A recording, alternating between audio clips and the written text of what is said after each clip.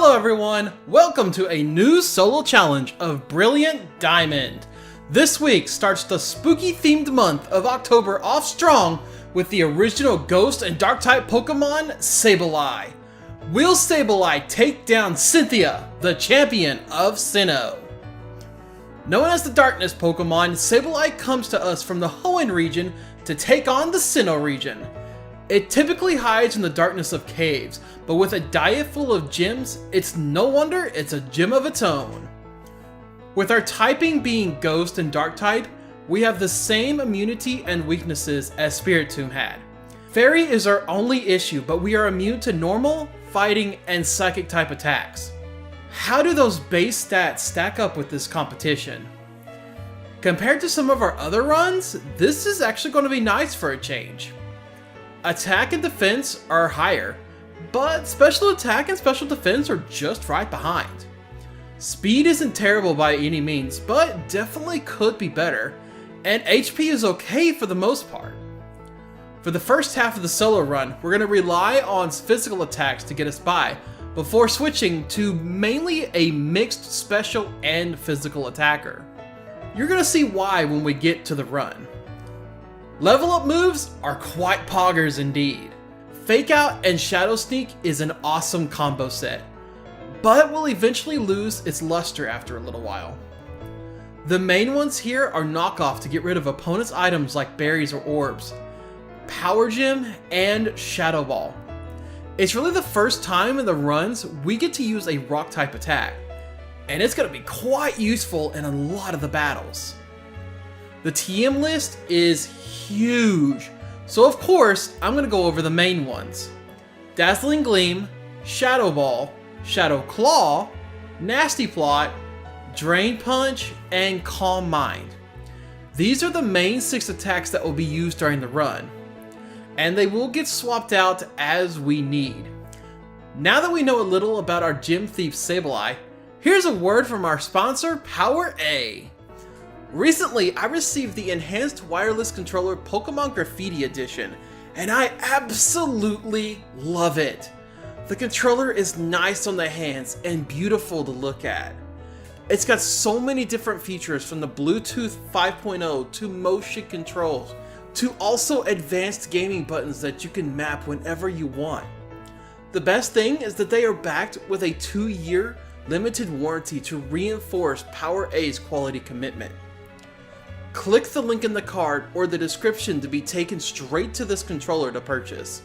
Also, don't forget, code Syndikill gives you a 5% discount on your entire order.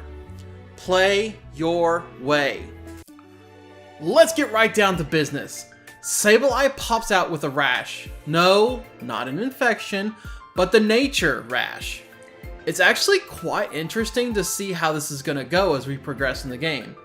But as of right now, special attack up and special defense down. I picked Heartless as the nickname due to it reminding me of the little heartless creatures from Kingdom Hearts. Rival fight number 1 is probably the easiest fight in the entire game when you're a Ghost type Pokemon. His 2 Pokemon only know normal type attacks, which Heartless is completely immune to. This time around, we have attacks that we can use to knock out his Pokemon without any issue. Most of the time, his Pokemon will use Growl to try and reduce our attack stat. Starly will take 3 turns to get down. Piplup has more defense, so it takes more turns to take down. Also, did I mention the rival's name this time around is named Drew? Let's turn away our attention from Drew to Rorik. We're going to have a running theme in this challenge. Overconfidence. It's going to be one of the biggest issues on most of our extra attempts. Rorik took me an extra attempt. When I say I was overconfident, I was not joking. I thought we had a good chance with Sableye having good stats. With a super effective Rock Smash, it was just not enough damage to even think about. After Geodude did a few defense curls, it went in for a massive blow with rollout after rollout. It only took 3 turns, and Heartless was even more heartless than before. It's crazy just what 3 levels will actually do for you. After grinding for a bit to level 16, Geodude is actually a 3-shot with Rock Smash. Even with it doing rollout on Heartless, the damage was not adding up to be enough to worry about. Onix is second and Heartless outspeeds the Rock Snag. It's also a 3-shot to Rock Smash even though Heartless was getting pelted with some rock throws. Cranidos is the final Pokemon, and I took a chance on this. It leered at first while taking a Rock Smash to its Dino phase. I wasn't sure if Shadow Sneak would do enough damage even with a defense drop, but it just squeaked by to take down the Rock Dino and give us the first gym badge of our journey. Again, overconfidence really did a number on us as we enter the Mars fight. As we progressed through the routes, we picked up the TM for Rock Tomb and gained Fake Out through level up. It's not that bad of a moveset, but it could have been a lot better for sure. Zubat, crazy enough, is a 2-shot with Rock Tomb the first attempt. This allowed it to get a Supersonic off and confuse Heartless. If you know, you know. My luck is not good, and the typical confusion look returns as the next turn. Heartless hits himself in confusion.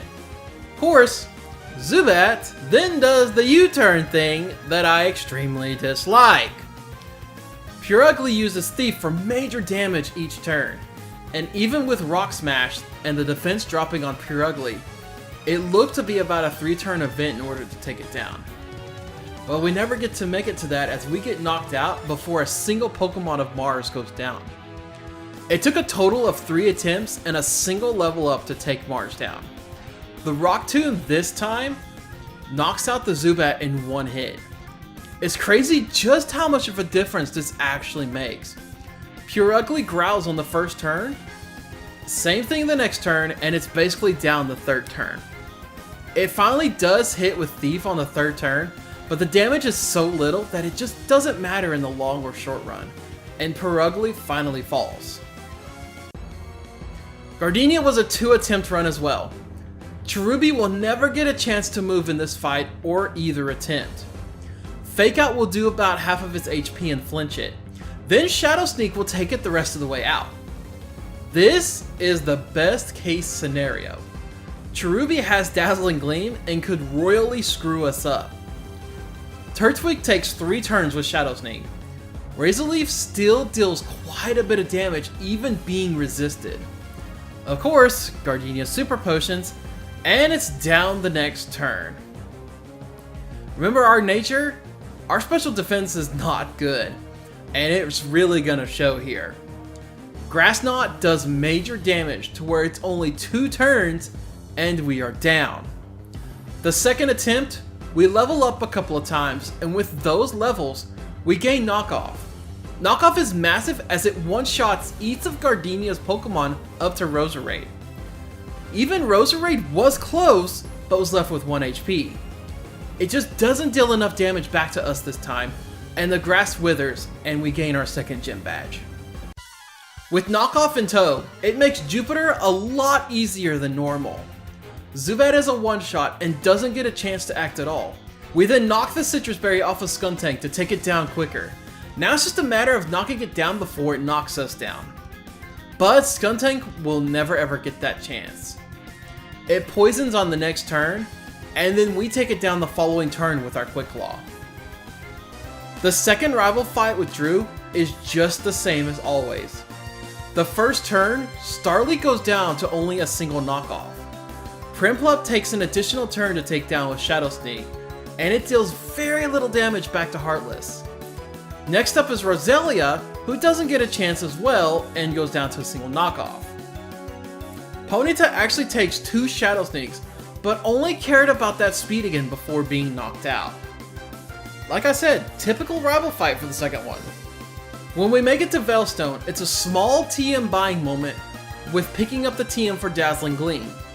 This goes right in place of Cut, and also while moving along the path to Veilstone, we picked up the TM for Low Sweep as well. We went right ahead and placed that onto Heartless. We also got Shadow Claw via level up. Looking pretty dang good so far. Maylene was a walk in the posy park. She was so scared of Heartless that she swapped out Meditite on the first turn to let Machoke take a brutal hit from Shadow Claw. It's gonna get knocked out the next turn from Dazzling Gleam. Meditite returns, but doesn't get a chance to act as it falls to a Shadow Claw as well. Lucario was interesting. I said for a minute trying to remember if fighting type moves were super effective or neutral towards it. Low Sweep was super effective due to it being Steel type and the fighting type being neutral towards it. It takes an additional turn, but Lucario's speed drop makes it slower than Heartless, and it gets knocked out before we even take a single point of damage. By the time we get to Wake, Power Gem pops up on our level up list, and we trade that out for Low Sweep. It proves to be extremely invaluable the entire run. Do you know how many Pokemon are actually weak to this attack in Brilliant Diamond and Shining Pearl? You would actually be very surprised. Gyarados just so happens to be one of those that is weak against it. The first turn, Gyarados is faster than Heartless and gets a nice sized hit in with Crunch. But the second turn, it's slower than Heartless and is taken down with the might of Power Gem. Quagsire wasn't able to do much against us even though it was 2 turns to knock it out with Knockoff. Our ability actually negates accuracy reducing effects or evasion raising effects, which is nice against the Quack Shot. Floatzel is the final one to deal with here. It takes 2 turns to knock it out, but Floatzel had other plans. It would have knocked us out completely, would have not have been for Friendship saving the day once again. What did I tell you before? Overconfidence once again coming back to haunt us. Instead of that haunting us, let's turn our haunting attention to that third rival fight with Drew. With Power Gem in our arsenal now, Starly is still going to be a one-shot, but at least it's weak against our attack. Primplup is still 2 turns on knocking it out, but it never actually did any damage to Heartless since he'd rather put the charm on. Roselia is a one-shot with knockoff again, and finally Ponyta this time just growled and then got blasted in the face with a powerful gem to knock it out. Fantina is another sponsor of our spooky themed October solo challenges. She knows her way around ghost types like the back of her hand. Problem is, this normally lends us at least an extra attempt. Drifblim this time around was only caring about sapping our strength before getting knocked out with Power Gem. Gengar is where our problems lie once again. It confuses Heartless with Confuse Ray, and we hit ourselves a Confusion the first turn. Next turn, we take a massive hit from Dazzling Gleam, since it's unfortunately our weakness. Our knockoff is but a breeze to it, since Gengar is holding a berry to reduce super effective dark type attacks. So yeah, I did the dumb on this one, and we fall on the next turn. The next attempt, we still get confused with Confuse Ray. However, this time, a single Shadow Claw knocks out the Gengar as we break through the confusion. Mismagius is last and nearly got Heartless with his Dazzling Gleam, but he holds on with Friendship and takes the Mismagius down to 1 HP from the looks of it. Of course, they had the chance to knock us out, but instead Hyper Potions to full HP, and this time around, Heartless hits the damage range to knock out the Mismagius. You have to love the easy rival fights sometimes. This one was simply just another case of him doing crazy moves to waste turns and allowing us to knock him out. Staravia uses Double Team right off the bat, but remember, our ability negates the evasion increase and we can smack it with a Power Gem. Roselia does not even get a chance to act as it falls to a Shadow Ball. Primplup needed 2 turns to take it down, but on the turn it gets to act, Primplup uses Charm to reduce our attack stat again, which is completely useless for this fight. Heracross takes an additional 2 turns as well, and it doesn't attack, but will only reduce our defenses. It's not a bad strat, but not if it was this late into the fight. Ponyta is the final member this time, and barely hits us with any damage before we knock it out with a Power Gem. Byron was an easy time, since Bronzor is weak to Ghost type attacks, one single Shadow Ball will knock it out. Thankfully, with this happening, there is no confusing us or Trick Room happening. Steelix pops out next, and I check out just how much a Drain Punch will do. not even half HP was taken from it, and it's 4 times damage. The only move it's going to get out is Sandstorm before Heartless Shadow Balls it to a world that never was. Of course, with Bastiodon, I went to check just how much a Drain Punch will do.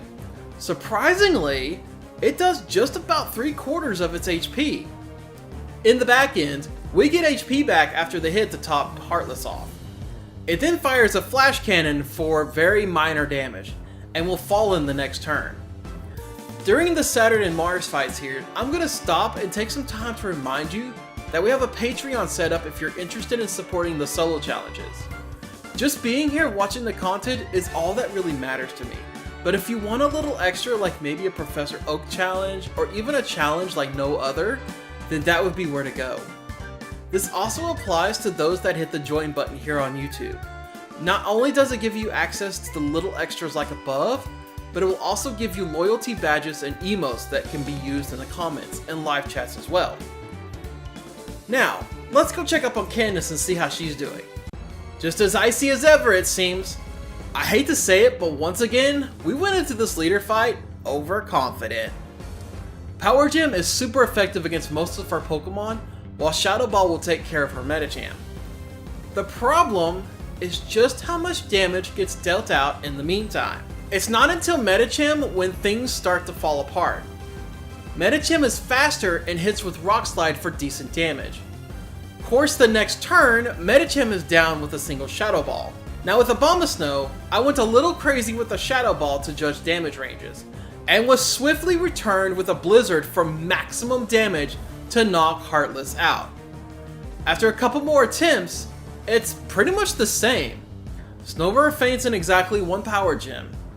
Sneasel is faster this time around and just honed at Claws before being knocked out by a Power Gem. Medicham went completely different and just used Bulk Up for no reason and went down to a single Shadow Ball once again. Abomasnow was almost the same, with it taking 2 turns to knock out. The one attack it actually does do almost takes Heartless completely down, but it just wasn't quite enough. The Icy 7th Gym Badge has been given a warm home finally. I felt really lucky with Cyrus. Murkrow used Taunt on the first turn, which is extremely useless to us, as we give it the big ol' Power Gem in its face to knock it out. Golbat is not quite a one-shot to a Power Gem, but it just screeches to lower our defense. I don't know what I was thinking, but with Cyrus using the potions he has on Golbat, each attack we used this time was just not quite enough since it wasn't the Power Gem from before. Like I said, not sure what I was thinking this time. Eventually it does fall, and now it's time for Sneasel. It actually misses its one chance to do damage, and we knock it out with another Power Gem. Saturn did not even get a chance to act this time around. The entire fight was 3 turns long. Kadabra is faster, but it actually cannot do anything to us and falls to a Shadow Ball. Bronzor is up next and then falls to a Shadow Ball. Toxicroak is supposed to be a little stronger, but a critical hit knocks out the big frog thingy. You know exactly where we're heading next. It's time for shenanigans at Spear Pillar. First up is the double grunt fight that is always shown. Will Chimchar make it to Super Stardom? The Pokemon to go down first is Dustox, followed by Krogunk. Sadly, Chimchar does not make it any further from here and falls to the Stunky and its Night Slash. Heartless then goes on and knocks out the remaining 2 Pokemon to move on to the fight that takes forever sometimes. Sometimes this fight takes up to 3 to 5 minutes just to get through. It just depends on the Pokemon and what they want to do each time. Couple that with multiple attempts, and yeah, just not fun. Between Cyrus and this fight, it was 4 attempts overall. We never actually lost to Mars and Jupiter, but each time, Cyrus would get us. But let's get down to this first. The one attempt of Mars and Jupiter that I'm showing was probably my favorite one so far. We attempt to knock out the Bronzor that puts Life Screen up, but I get the wrong one. It's hard to tell which one is actually doing it, since I have no battle animations on during these runs. At this point, however, our stats are basically good enough to have a mixed attacker, of both physical and special attacks. Since no reflect was put up, Pure Ugly gets hit with Foul Play for half of its HP. Next turn, the Foul Play knocks out the Pure Ugly, and Munchlax gets fully paralyzed. Next up is Golbat and needs 2 turns to knock out. Bronzor hits us for the only damage we will actually take during this entire fight. Next turn, Staraptor destroys the Bronzor while Heartless finishes off the Golbat. Pretty awesome teamwork if you ask me. I mean, the rival's Pokemon is taking all of the hits. Skuntank is next up and will need at least 2 turns to get down. It misses the poison on Heartless this time as well. Lastly, we have Golbat, which goes down the same turn to both of our attacks. Heartless only took 9 points of damage the entire time. That was the smoothest double fight I'll ever probably have with him. Cyrus, on the other hand, was not very smooth. You're going to notice that our level is completely different between fights. The attempt of Mars and Jupiter I showed was the first attempt that was ever done. Between that and this Cyrus fight, we needed to level up 4 times in order to get through him. Honchkrow seemed like it would be an issue, but we have Drain Punch now. Knife Slash deals about 60 damage, and while Cyrus heals him up, we hit with a Drain Punch to get our HP back. Gyarados is next, and a Power Gem is just not quite enough to knock it out. It then misses the waterfall, and next turn it'll go down. Weavile is very interesting. While it does dig, it really doesn't deal a lot of damage. The best strategy here is when it pops back up to Drain Punch to get a massive amount of HP back since it's 4 times weak. It's holding a berry to reduce damage, but I'm actually okay with that. Sadly, Crobat doesn't deal very much damage either. And in 2 hits of Power Gem, it goes down. That was an extremely rough fight each time to get through, until I realized the strategy with Drain Punch on Weavile. Dialga was not much either. It's only 2 Drain Punches to take it down, and it actually brings us back up to full HP. Alright, I'm not going to go into my normal gripes about Volkner. I will say though, that it took us a lovely 4 attempts to get through this damn fight. By this time, I've already taken off Drain Punch, and very quickly regretted it. Since I have no way of getting back any HP, it's literally only a matter of time before a Volt Switch will take us down. After the 3rd attempt, I put that Drain Punch move back on since it's a TM given from Maylene. It helps out tremendously in this fight. Check it out. Drain Punch was able to give us back our full HP after knocking out Ambipom. Pretty much the strategy on this was when we are able to Drain Punch, we take it. That way we gain as much HP back as we can. It's great in order to alleviate that HP being dwindled down from Volt Switch. After the Octillery is down, Raichu finally misses a Volt Switch, and we are able to knock it out to quit that Volt Switching. Now all that's left is Luxray, and it misses the Iron Tail, and we knock it out in order to win our final gym badge. I didn't actually realize that it took me and Heartless 5 minutes to get through the final rival fight with Drew. It's actually a really good fight as well. Staraptor does the Rain Dance and gets pelted with a Power Gem to get the Focus Sash off. Next turn, it'll pluck for a little bit of damage and we knock it right out. Next up is Rapidash, who did a decent hit with Mega Horn, but was powerless to our Power Gem. Snorlax is actually a breath of fresh air for us. Drain Punch does good damage to it, and before we fall asleep from yawn, basically all of our HP has returned. We do get hit with a high horsepower, but eventually it will go down right after Heartless wakes up. Roserade pops up a grassy terrain, which is interesting since it will help restore our HP each turn as well. It'll get knocked out from a Shadow Ball to not cash in on the benefit of the terrain. Empoleon I thought was going to be a 2-shot with Drain Punch, but that Charm attack really reduced our attack stat to knock it down.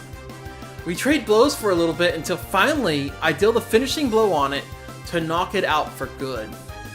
Heracross was extremely scary since it got a Swords Dance off and lived a Dazzling Gleam. Thankfully it missed the Rock Slide and gets knocked out on the next turn. To be honest, as we finish off this fight, we really haven't had that many attempts on most major fights. But I seriously jinxed myself when going from that into this final part of the challenge. Aaron I thought was going to be easy since we had Power Gem for his Pokemon. Apparently, I was wrong, and for my overconfidence this time, we took 14 attempts to take him down. Since Dustox is not a one-shot with Power Gem, it gets the life screen up, and we have a major problem due to this. We are going to be able to knock out Dustox from this, but the next Pokemon, Heracross, takes 3 hits to knock out for that. Its normal Earthquake deals decent damage, but once it gets burned from the Flame Orb it's holding, its attack doubles due to its ability Guts. It deals just enough to take Heartless down to 32 HP. No Keyblade needed here as Beautifly knocks out Heartless the next turn with Bug Buzz. After grinding for 8 levels, we finally get to take down the Beautifly and see Vespiquen. Too bad the bug will not be able to handle a single Power Gem from Heartless. Drapion is last, and then Night Slash deals so much damage, especially with a critical hit. This was not the attempt we were looking for either. The last clip is the winning hit on Drapion, since it leaves us at 1 HP and a Power Gem is able to take it down to move on to Bertha. Once again, I thought Bertha was going to be a walk in the park. I was sadly mistaken. It was another 8 attempts to take down. Quagsire is not the main issue here for once this time. It's actually Sudowoodo. We cannot one-shot it with any attacks. Drain Punch seemed like it was the best idea, but the head smash back dealt so much massive damage. Wishcash is a 2-shot with Shadow Ball and lowers our speed with Bulldoze. Normally not a big issue, but here's the major issue. Golem is now faster due to the speed drop, and knocks Heartless out with its attack. The winning attempt is actually Quagsire using Toxic to poison us, where Heartless just expels it the next turn. It's actually a 2-shot to take down with Shadow Ball. Sudowoodo was a 1-shot with Shadow Ball as well. It's crazy this time that Wishcash is also a 1-shot to Shadow Ball. Now with Golem being slower than Heartless, a Shadow Ball would normally take it down, but Sturdy makes sure it stays around. Since I knew Bertha would full restore the next turn, I picked Drain Punch as the attack to regain my HP on this. It's only a 2-turn ordeal, and then it's down. Hippowdon doesn't even get a chance and falls to a single Shadow Ball. I just realized on this challenge why Flint has a Steelix. His name is Flint, and if you use a flint and steel, you can make fire. I feel kinda dumb for just now realizing this. Anyways, back to the fight at hand. Rapidash is first and deals a decent hit with Iron Tail.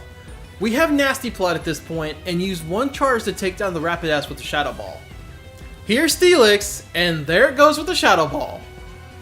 Lopunny is interesting. I actually used this chance for a Drain Punch to get some HP back. Lopunny only needs 2 turns to go down to Drain Punch, but during that time, we regain a massive portion of our HP.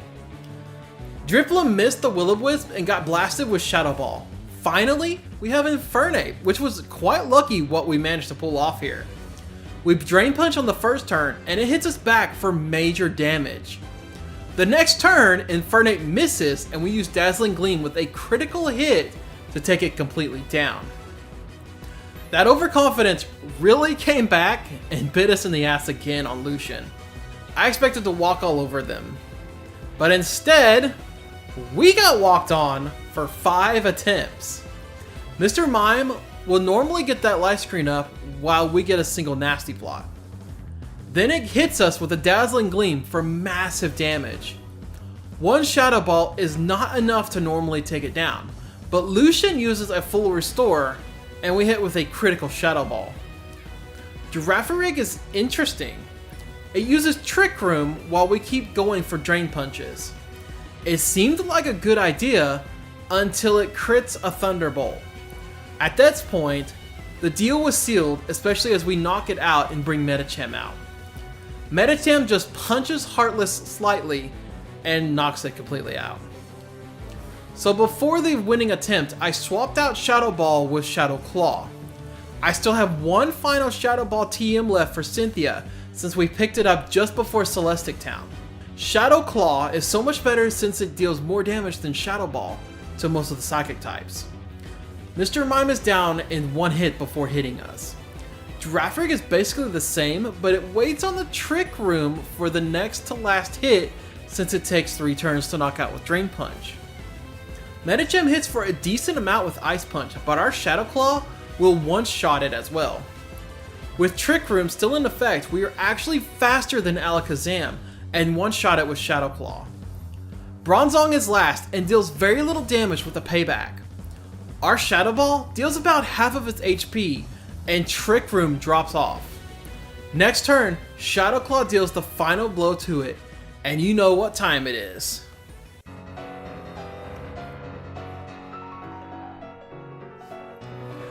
What can you say about just getting here in the first place? It's not easy to get here. And Cynthia herself is in a completely different class all of her own. Trust me, I know. It took 60, yes, 60 different attempts to take her down. Most of the runs ended at Roserade since it has Dazzling Gleam. Every now and then, we'd make it a little further, sometimes all the way to Garchomp, but just could not get that final blow in. We only need a single Nasty Plot to really make it through this. We use a combination of physical and special attacks to get through. Here's the breakdown on how this fight's going to take place. Spiritomb, no matter what, needs at least 2 turns. One for the Nasty Plot, and the next to knock it out with Dazzling Gleam. If there wasn't a Nasty Plot set up, it's still a 2-shot with Dazzling Gleam. As long as Roserade misses, it's a 1-shot to Shadow Ball. Crazy enough, even if Spiritomb misses, Roserade will still knock you out from full HP with Dazzling Gleam. Gastrodon was interesting on the winning run. It was the only time I actually got a critical hit against it. Normally it's a 2-shot with Shadow Ball, and I waste a turn to heal with Drain Punch while she full restores. Melodic is interesting, since sometimes Heartless is faster, and others it's not, even with the Quick Claw. This time, however, Melodic gets the burn on Heartless, and I started to panic a little. But right after this, it's healed off due to the determination of the Pokemon. Lucario left us at 1 HP due to friendship with its Flash Cannon, and gets knocked out with a Shadow Ball. Finally, it's time for the main event, Garchomp. It misses the Earthquake, and a single Dazzling Gleam will take it down for the win against Cynthia. This run was wild from the start, and then all the horrible issues toward the end really made it rough. Between all of the Elite Four attempts and the Champion attempts, I'd say about 7 hours are about resets due to knockouts. Sableye is going to clock in on the Solo Challenge Hall of Fame at 11 hours and 14 minutes in-game. But I would still say about the total time would be about 18 hours. Join us next week as we continued our spooky themed month of October with a Pokemon that makes puppets seem ghostly. Thank you for watching, and I'll see you next week.